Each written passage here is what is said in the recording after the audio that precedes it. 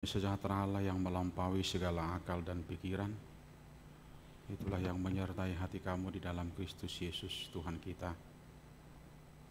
Amin. Shalom Bapak Ibu semua. Bagi Bapak Ibu jemaat yang masih mengikuti ibadah dari kediaman kita masing-masing, juga jemaat yang masih dirawat sekarang di berbagai tempat, bahkan juga direhabilitasi, kami mengucapkan selamat hari Minggu, tetap semangat, Tuhan memberkati kita. Saudara-saudara yang dikasihi oleh Tuhan Yesus, renungan pada pagi ini di Minggu Rogate, Minggu Berdoa. Saya bacakan dari Yakobus pasal 5, Yakobus pasal 5 ayat 13 sampai ayat 18, ayat 13 sampai ayat 18. Kalau ada seorang di antara kamu yang menderita, baiklah ia berdoa. Kalau ada seorang yang bergembira, baiklah ia menyanyi. Kalau ada seorang di antara kamu yang sakit, baiklah ia memanggil para penetua jemaat supaya mereka mendoakan dia serta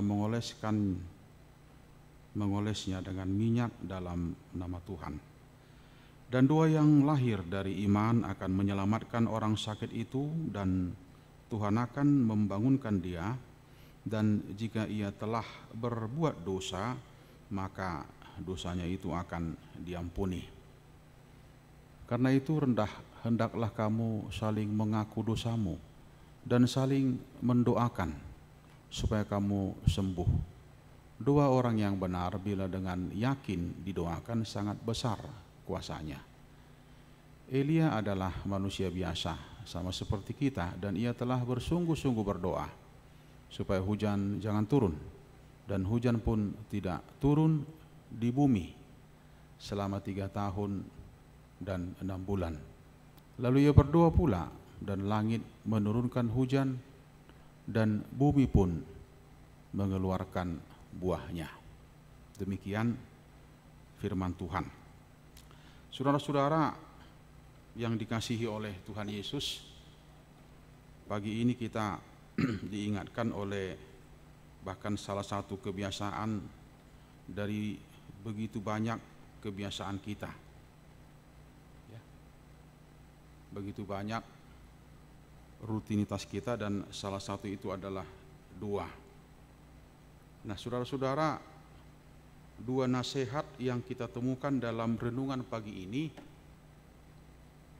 2 nasihat yang cukup singkat, yaitu ada nasihat yang kita bisa lihat itu sesuatu yang cukup singkat, dan ada nasihat yang cukup luas. Nah, satu nasihat yang saya katakan tadi itu bagaimana supaya kita menghadapkan segala sesuatu yang kita alami kepada Allah.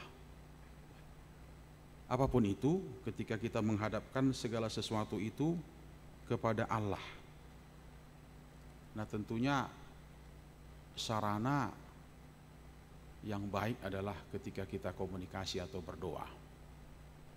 Nah, kemudian kita juga melihat bahwa sarana itu juga dalam hal bernyanyi. Bernyanyi juga adalah salah satu cara untuk berdoa. Karena dalam nyanyian itu ada harapan, ada semangat, ada cita-cita. Oleh karena itu kita akan tetap memilih dan menikmati, bahkan memfavoritkan lagu-lagu yang kita anggap bisa menyemangati kita, dan saat itu kita yakini itu juga adalah doa kita. Nah, dalam 1 dari 5 unsur doa yang diperkenalkan oleh Yesus itu adalah ketika dalam doa itu ada pujian. Nah, jadi kalau murid memohon kepada Yesus, ajarlah kami berdoa. Nah, tentunya murid sudah sampai pada kebutuhan bahwa doa itu adalah kebutuhan. Teladannya yang pasti Yesus gitu. Karena kalau kita lihat, kalau kita coba bergaul dengan Injil, selalu Yesus mengawali dan mengakhiri sesuatu itu dengan doa. Bahkan dengan menghadapi kematian terakhir di Taman Getsemani, dia melakukan itu dengan doa dalam bentuk penyerahan secara utuh. Nah, tentunya itu yang diteladani oleh murid. Makanya mereka minta, ajarlah kami berdoa. Nah, kemudian Yesus ajarkan, inilah doa itu. Bapa kami yang di surga, dan sampai terakhir. Nah, saudara-saudara, satu dari 5 unsur doa itu ada yang kita kenal dengan doksologi, yaitu pujian. Jadi kita akan selalu mempergumulkan dan belajar terus bagaimana berdoa yang benar. Karena kita yakini doa itu bukan hanya nafas hidup, tapi doa itu adalah memang hidup itu sendiri. Jadi molo porsia hita tangiangi satongani ulaon, totu ikut taha porsia do molo nungka tabonai dohok tangiang satonga ulaoni taha porsiai nah selesai. Tidak. Kita yakinkan bahwa setengah dari pekerjaan itu sudah terselesaikan karena kita sudah awali dengan doa. Begitu kuatnya, begitu perlunya, begitu butuhnya kita dengan doa. Bapak, Ibu, dan para orang muda di sini, kesanggupan untuk menyembuhkan seperti yang kita lihat dalam renungan ini, kesanggupan untuk menyembuhkan bergantung pada karunia tertentu yang diberikan kepada seseorang. Kesanggupan untuk menyembuhkan, dan bukan pada suatu jabatan. Memang salah satu jabatan yang cukup tua di gereja awal atau di sejarah gereja adalah penetua. Ada diaken, ada episkopos, ada diakonos, dan lain sebagainya. Ya. Kesanggupan untuk menyembuhkan bergantung pada karunia. Oleh karena itu memang kalau kita coba selidik firman Tuhan, hampir tidak ada dan tidak boleh ada tugas yang terbengkalai di tengah-tengah gereja mula-mula. Jadi kalau kita lihat bahkan di kisah itu ya, di pasal-pasal awal itu, bahkan cukup tertib ketika cobalah pilih beberapa diakonos yang memang memberikan perhatiannya kepada janda-janda, karena memang di tengah-tengah pelayanan yang begitu sibuk itu, ada yang tertinggal di tengah-tengah gereja mula-mula itu. Oleh karena itu kalau kita baca di kisah itu, pilihlah beberapa orang yang lebih konsen untuk hal-hal diakoni gitu. Jadi bukan hanya berdoa, tapi aplikasi doa itu gimana supaya tidak ada yang tertinggal, tidak ada yang terbengkalai di tengah-tengah pelayanan gereja. Nah, gereja juga harus terus mempergumulkan ini supaya tidak ada yang terbengkalai di tengah-tengah pelayanan itu. Ya. Dan itu semua adalah lanjutan daripada doa-doa itu sendiri. Bahkan kalau kita lihat Bapak Ibu ya, di renungan kita ini, saya mau tekankan lagi sekali lagi kepada kita, kalau kita lihat di ayat 14 ya, kalau ada seorang di antara kamu yang sakit, baiklah ia memanggil para penetua jemaat supaya mereka mendoakan dia serta mengolesnya dengan minyak dalam nama Tuhan, dan doa yang lahir. Coba kita lihat 14 ke 15 ya, dan doa yang lahir. Jadi maaf Bapak Ibu ya, kita bisa diskusikan kembali. Jadi tidak ada peran minyak di sini sama sekali. Tidak ada peran minyak sama sekali di sini. Bukan minyak yang menjadi hal yang menentukan, tapi doa, supaya kita nggak salah. Jadi nggak boleh ada yang melihat bahwa minyak urapan itu atau zaitun atau apapun itu menjadi sesuatu yang menentukan. Nggak boleh. Jadi ketika saya melayani di Kebayoran Baru, saya sudah lihat bahwa bagaimana minyak ini didistribusikan dari Plaza Blok M, kemudian ini menjadi sesuatu yang luar biasa. Dan ada yang mengklaim bahwa semua akan disembuhkan. Bapak Ibu, gereja adalah belajar dan gereja tetap akan menjadi proses pembelajaran. Coba kita lihat dalam firman Tuhan, tidak pernah Yesus mengarahkan orang untuk berkumpul di satu tempat, kemudian di situ ada 2 penyembuhan. Enggak pernah ada itu. Tidak pernah ada itu. Kalau kita lihat Injil ini, tidak pernah ada arak-arakan untuk mengumpulkan orang banyak di satu tempat, kemudian di situ dilakukan 2 penyembuhan.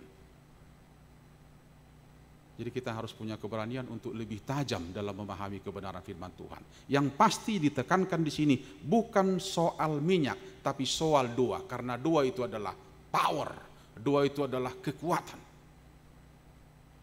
Bapak Ibu, ketika Yakobus bicara soal doa yang benar, mari kita lihat dalam Alkitab, saya katakan tadi tidak pernah orang-orang dengan sengaja dikumpulkan supaya mereka disembuhkan. Oleh karena itu juga kita harus paham betul, jangan pernah paksa Allah untuk menyembuhkan. Karena soal penyembuhan itu soal anugerah. Soal penyembuhan itu adalah soal sola gratia. Hanya karena anugerah, kata Luther. Hanya karena anugerah. Tugas kita hanya memohon. Oleh karena itu bagi seorang pemohon, tidak ada sedikit pun ya. Dangadong nang gua pala saotik nawi dohonon ni jolmai gabe sahamna tikimbangido sesuatu mana tu debata. Gak ada sedikit pun saham dari manusia itu ketika dia memohon. Nah, kenapa Yesus kritik orang-orang Farisi? Karena bagian 2 mereka, salah satu 2 nasida temolutai dari tonga-tonga ni budaya nama cai toru hati hai mau lihat tema Tuhan aladang dicipta hokoau paropuan mana. Ala saat tidak ngadong argani buru-buru. Mau lihat tema Tuhan aladang dicipta hokoau gabi Samaria. Aladang jelas persaripion ni halak Samaria. Persoalan kawin mawin. Mau lihat tema Tuhan ala puli kau. Dungi martangiang berdoa di tikungan-tikungan kemudian gugu-gugu masuara nion dungi. Nah, kalau Yesus kritik itu karena bukan itu hakikat doa yang sebenarnya. Sangat-sangat sederhana kalau Yesus katakan, masuk mahotu bilutmu, lopi tangammi, martangi yakoina. Wasa karena komunikasi pribadi dengan Allah. Sebenarnya ini yang harus menjadi renungan kuat bagi kita. Soal-soal komunikasi kita. Ketika Yakobus bicara soal doa yang benar, dia katakan datang dari hati yang utuh. Kemudian kita dipertemukan dengan pribadi yang cukup kita teladani, yaitu Elia. Coba telisik Bapak Ibu ya, kalau kita baca di 1 Raja pasal 18, tapi nantilah di rumah setelah kita kembali dari sini. 1 Raja 18 itu yang ada di situ hanya kuasa Allah. Soal tidak turun hujan dan soal bagaimana hujan datang kembali. Apa tugas Elia? Dia hanya seorang pemohon. Kenapa dijawab itu? Karena yang berdoa itu adalah orang yang percaya kepada Tuhan. Bahkan turunnya hujan kembali terjadi menurut keputusan Allah. Itu di 1 Raja 18 ayat 1. Tidak ada peran daripada Elia di situ sedikit pun. Tapi karena kuasa Allah yang dia mau perkenalkan. Bapak Ibu dan orang-orang muda, doa tidak egois. Kelompok-kelompok doa jangan merasa lebih rohani, kemudian lebih eksklusif, merasa lebih benar dari orang lain. Jangan. Kamu berdoa, kamu tidak tegur orang, kamu tidak sapa orang, itu munafik. Salah satu pengaplikasian yang paling sederhana, ketika kita selalu mengklaim hubungan kita dalam doa kita secara vertikal, nah kemudian kita akan merasa terbeban bagaimana hubungan kita secara horizontal. Makanya sesuatu yang tidak boleh main-main. Kalau kita akan terus membangun dua-dua kita, serius sekali, kita bisa melihat itu menjadi kebutuhan. Nah sekarang tantangan bagi kita, bagaimana hubungan kita dengan orang lain. Siapapun itu, dimanapun itu, bagaimanapun itu.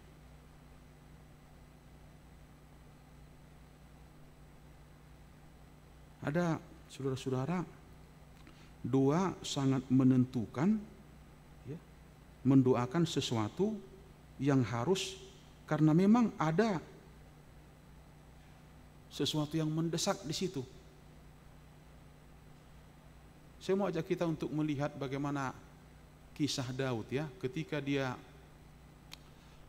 dikejar oleh Saul di Mazmur itu, Mazmur 124 itu. Dia berdoa di situ sendiri di tempat dia sembunyi karena dia sudah dikejar oleh Saul dan pasukannya. Dalam doa Daud itu dia berdoa, biarlah ada yang memberikan perhatian kepadaku, kata Daud dalam doanya itu. Tapi kalau kita lihat saudara-saudara, justru yang datang kepada Daud itu bukan yang mau memberikan perhatian kepada dia, tapi yang memang harusnya Daud yang memberikan perhatian kepada yang datang itu. Ini luar biasa kan?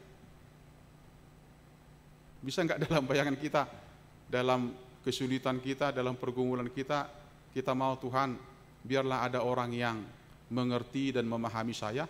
Ternyata memang datang, tapi justru orang bukan yang mengerti dan memahami kita, tapi orang yang justru mau kita mengerti dan kita pahami. Kalau kita lihat di Mazmur itu, justru Allah tidak mengizinkan Daud untuk melamun, melamun kemudian merenungkan soalnya itu, tapi Allah justru minta Daud untuk mengambil kesibukan, ya, mengambil kesempatan supaya orang-orang yang datang kepada dia itu adalah bagian daripada perhatiannya. Saya mau katakan kepada kita Bapak Ibu, itu juga bagian daripada doa. Itu juga bagian daripada doa. Jadi ya bukan yang menjadi apa yang menjadi keinginan kita, tapi yang pasti apa yang menjadi kebutuhan kita. Kita coba check and balance dulu, ya. Bagaimana dengan doa-doa kita? Apakah memang apa yang kita inginkan atau apa yang kita butuhkan? Selalu Allah kasih. Bahkan saya juga mau sapa jemaat kita yang masih terus sabar untuk dalam perawatan, ya. Ini hal yang luar biasa. Doa tetap akan menjadi satu hal yang misteri dalam kehidupan kita. Kalau kita minta Tuhan sembuhkan. Gimana kalau kita beralih dulu sedikit, Tuhan berikan saya kesabaran untuk boleh bertahan karena saya nggak tahu berapa lama penyakit ini. Berikan saya kekuatan untuk saya supaya lebih bengek, supaya saya lebih sabar, supaya saya tahu kapan ini Tuhan akan sembuhkan penyakit. Bagi jemaat Tuhan yang masih dirawat sekarang di kediamannya masing-masing, jalo magugu, jalo ma kekuatan, minta kesabaran supaya kita nggak kehilangan kesabaran untuk menjalani kehidupan yang mungkin masih sulit ini ketika masih ada sakit dalam tubuh kita. Saya juga mau katakan itu kepada Bapak Ibu yang ibadah di hari ini dan juga di kediaman kita masing-masing. Apapun itu, soal apapun itu, sesulit apapun itu, mungkin ada orang, mungkin juga nggak semua paham dengan apa yang menjadi pergumulanmu. Apa yang menjadi pergumulanmu? Kamu gak akan bisa paksakan supaya orang mengerti dengan pergumulannya, dengan apa yang kamu gumulkan. Tapi sampaikan kepada dia yang sangat mengerti, yang sangat paham dengan apa yang menjadi pergumulan, bahkan pribadi dan keluarga. Ada batas-batas orang untuk memahami itu, bahkan menguatkan, mendoakan itu. Tapi yang lebih kuat adalah dia yang paham dan memahami itu. Dan kita percaya caranya berbeda. Coba kita lihat mungkin dalam membangun komunikasi juga sering salah sambung gitu kan, bukan hanya telepon gitu yang bisa diangkat ternyata salah sambung. Komunikasi antar manusia juga kadang bisa salah sambung. Bisa nggak kita bisa memahami bahwa komunikasi dengan Tuhan itu supaya tidak salah sambung gitu? Walaupun kita sering memahami sepertinya salah sambung Tuhan, karena saya mohon ini, kenapa Tuhan jawab ini gitu. Lantas kita katakan Tuhan nggak paham gitu, Tuhan nggak mengerti. Sebenarnya kita yang harus mengerti apa yang menjadi kebutuhan kita, karena Tuhan lebih tahu itu. Dan kita akan dimampukan untuk mengerti apa yang menjadi kebutuhan kita, dan kita harus pastikan itu, karena Dia yang lebih paham akan kebutuhan kita, dan bukan keinginan kita. Soal-soal yang kita pergumulkan selalu memang kita hanya mau soal keinginan. Keinginan yang satu, keinginan yang kemudian dan kemudian. Tapi soal kebutuhan tentunya kita harus diskusikan kembali. Apa sebenarnya kebutuhan kita saat ini, detik ini sebagai pribadi, bahkan juga dengan persekutuan. Ini perlu sensitivitas yang begitu tinggi sebenarnya. Apalagi kita sebagai gereja. Apa yang menjadi kebutuhan kita ketika kita berdoa dengan dua-dua kita. Oleh karena itu Bapak Ibu, ya, mari kita lihat dua hal yang tidak boleh terpisah, bahkan itu juga kita temukan di Alkitab kita ini. Penyakit ketika terganggu tubuh jasmani kita ini, dimungkinkan terganggu juga rohani kita. Sebaliknya, ketika rohani kita terganggu, dimungkinkan juga jasmani kita akan terganggu. Oleh karena itu, tidak cukup ketika kita merawat jasmani kita ini dengan baik betul. Kita pastikan kita sehat betul. Tapi yang pasti kita juga harus pastikan bahwa kehidupan rohani kita juga adalah sehat betul. Itu harus seimbang. Biarlah rohani yang terlebih dahulu disembuhkan, baru jasmani. Biarlah rohani. Nah, bagaimana supaya sembuh hal-hal rohani kita ini? Ini sesuatu yang tidak mudah. Kenapa? Satu hal yang harus kita bangun terus adalah bagaimana kebutuhan rohani kita ini tercukupkan setiap hari dengan doa pribadi kita. Doa memampukan untuk kita untuk melihat semuanya dengan benar. Ya. Oleh karena itu memang kalau kita bicara spiritualitas, itu tidak otomatis dimiliki oleh orang-orang gereja. Tidak otomatis. Tapi orang yang lebih sensi, yang lebih peka, itu akan dimampukan untuk melihat hal-hal yang sangat spiritualitas dalam kehidupannya. Dia nggak pernah senang dengan sesuatu yang rumit, dia nggak mau itu. Ya, kemudian dia nggak mau membiarkan sesuatu yang kusut, dia akan coba urai itu pelan-pelan. Itu orang yang sangat memiliki spiritualitas yang tinggi. Bahkan di tengah-tengah kehidupannya juga, dia nggak mau ada yang terganggu hubungan pribadinya dengan orang itu.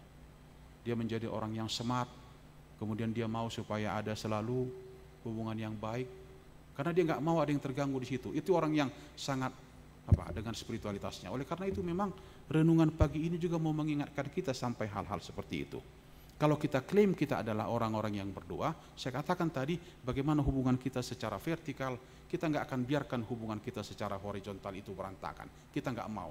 Kenapa? Kita mau pastikan bahwa dua orang yang benar adalah ketika dia menata hidupnya dengan benar. Oleh karena itu, latihlah berdoa. HKBP yang sudah cukup tua ini, latihlah berdoa. Jangan pernah gimana supaya ini enak didengar, bukan, enggak boleh itu. Dan sering kali kita di situ gitu, gimana supaya enak didengar. Tapi latihlah berdoa, hidupilah doamu, doamu hidupi. Jadi enggak boleh enggak seimbang.